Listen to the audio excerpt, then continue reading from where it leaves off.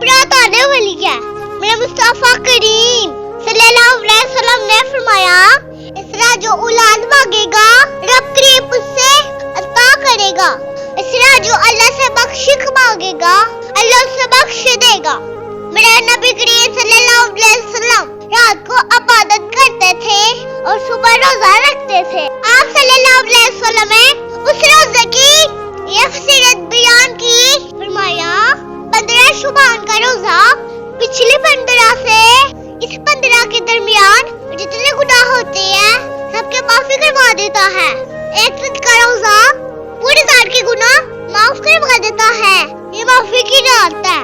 कोशिश करे इस रात बहुत ज्यादा इस्तिग़फ़ार करे और कोशिश करे सूरह मुल्क, सूरह वाक़िया और सूरह यासीन की तिलावत की जाए और दुरूद पाक कसरत से पढ़ा जाए और यकीन के साथ अल्लाह के हुजूर ये दुआ मांगी जाए, अल्लाह तू रहमत वाला मामला फरमा।